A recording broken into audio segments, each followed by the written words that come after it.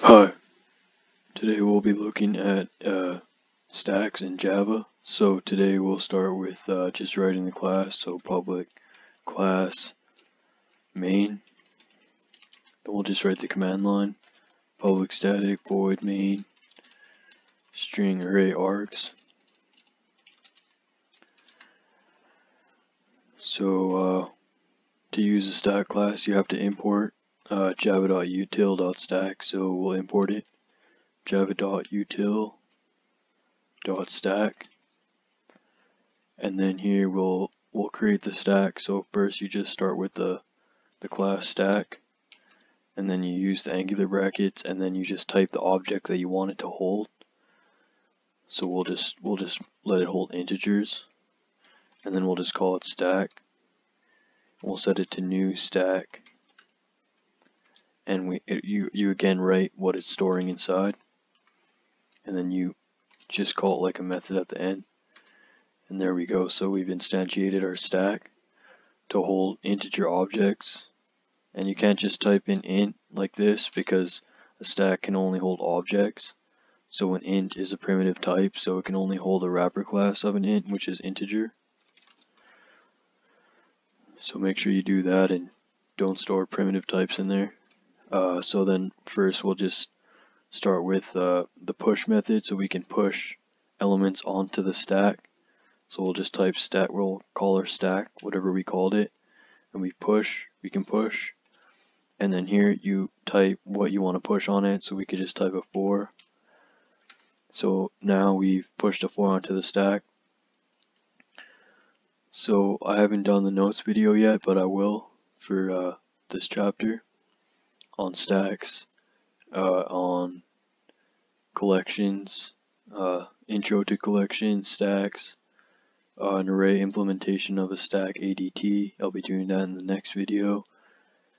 So basically what a stack is, it's a last in first out data structure. So basically it's just like this. So you push something on it, that's the bottom of the stack, and then if we want to push something else, we'll push whoops, that 4 is there. We can push something else on there, so we'll call like stack.push. We can push a 2 on there, and then now that 4, it's like 4, and then it pushes 2 on there, and then it keeps going up. So whatever you push on there, we'll push 6, 8, 12, and like 100,000. So we pushed all that on there, and it's stacking up, right? But in your IDE, you'll see it's gonna look like this. I think for most of the time it should look like this. So it's like this, then it pushes from left to right. So we'll push 4,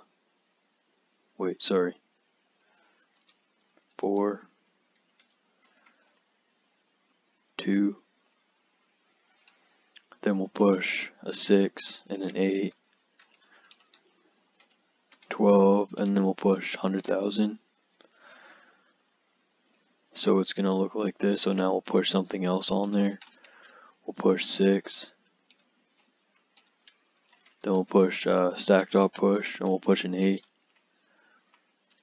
Then we'll do stack.push. We'll push 12, and then we'll push again. Let's just push like 100,000 on there, why not? So we pushed all that, and that's what our stack looks like. So you get the idea. I'll delete it. So then now we can print out our stack. So you do that by just system.out.print line, and we'll just type stack, save and run it.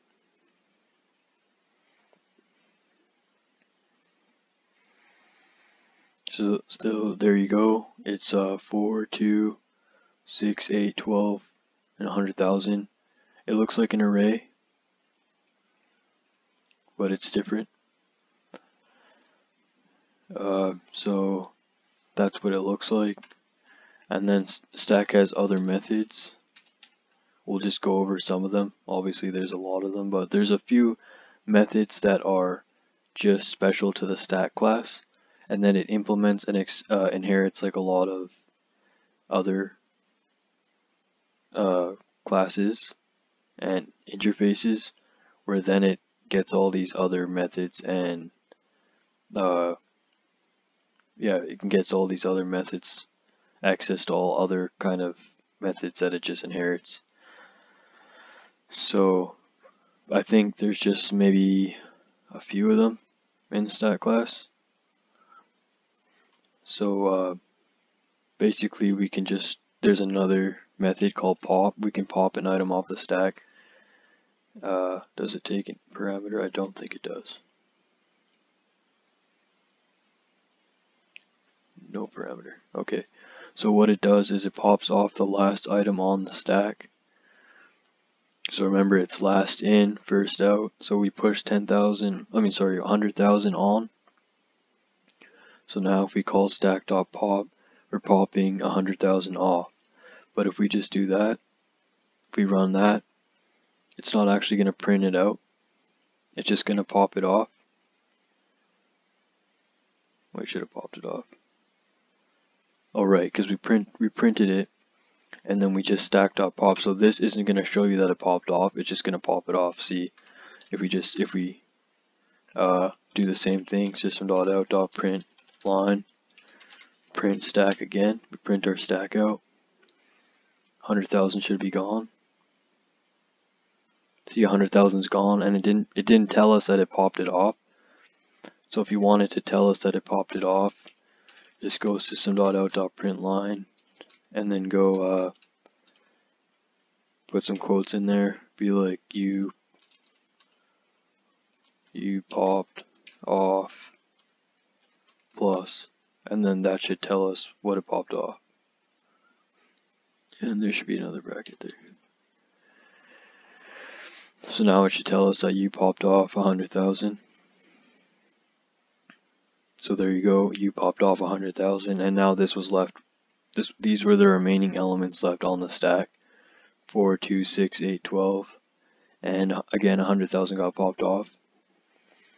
So we can pop. Why don't we just pop off something else? Let's pop off system.out.print line. You popped off plus stack.pop. So it's going to pop off now. It's going to pop off 12. And then we can print it out again. System.out.print. And then we'll just print our stack out again. Save and run that.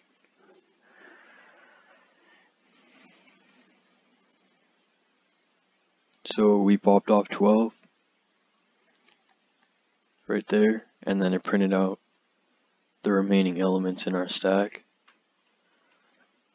So remember, the stack doesn't change, only the last element changes. So now we can just look at a few other methods. So we printed it out. There's another method called empty.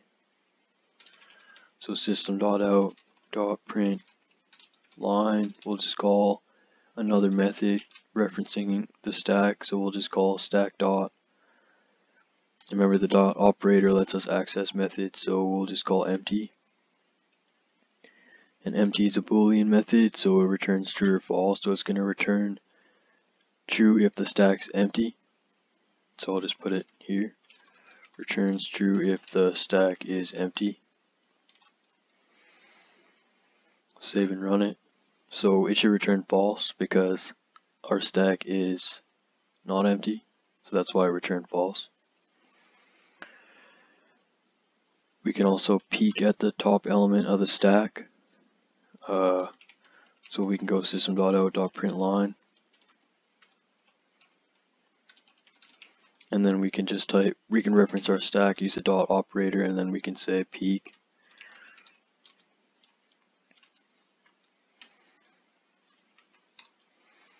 So it should return an 8, I think. So save and run that. So it did return an 8. It can access the stack, the last element on the top of the stack, but it can't mutate that. The peek method doesn't mutate anything, it just accesses. It just returns you that element, and we'll be going over the implementation on the next video on array stack implementation of a stack ADT, stack abstract data type. So I'll show you how the whole implementation of a stack really works.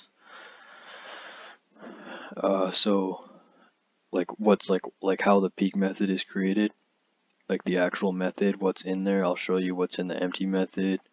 I'll show you what's in the push method and the pop method. I'll show you how those are created and how it works. There's one more method we can look at. So I'll just do this method here. So system.out .print line, and then we'll do stack.size. So it should return the size of our stack. So our size is 1, 2, 3, 4, index 0 to 3. So just save and run it.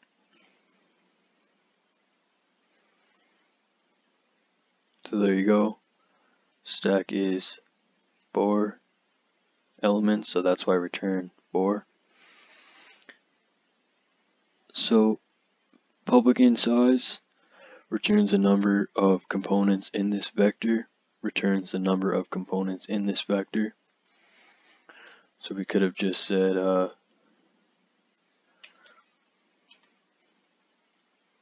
the size of the stack is plus stack.size. That should work.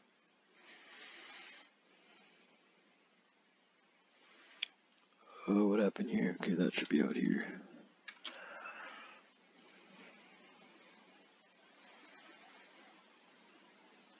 So the size of the stack is 4.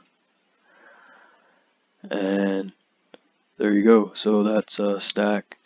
That's the stack class in Java. It's a data structure. We'll be using it in future videos and hope that helps. Okay, thanks.